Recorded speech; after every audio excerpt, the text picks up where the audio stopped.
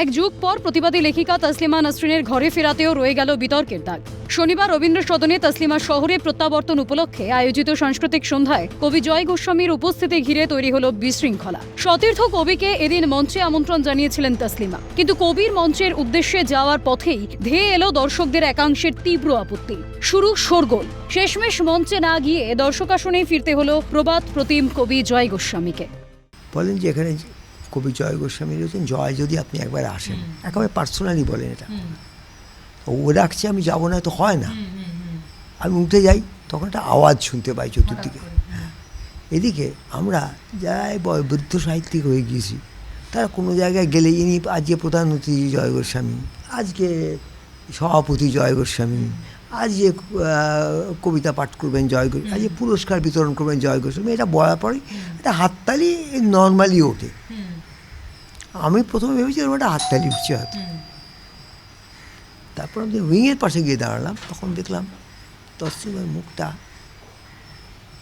একটা ছাইয়ের মতো হয়ে গেছে, ছাই হয়ে গেছে, একদম ছাইয়ের মতো।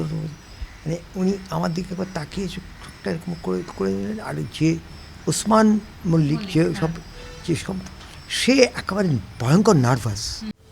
কবির প্রতি দর্শকদের বিরূপ মনোভাব, অপমানে ব্যথিত, লজ্জা, দ্বিখণ্ডিতর স্রষ্টা তসলিমা।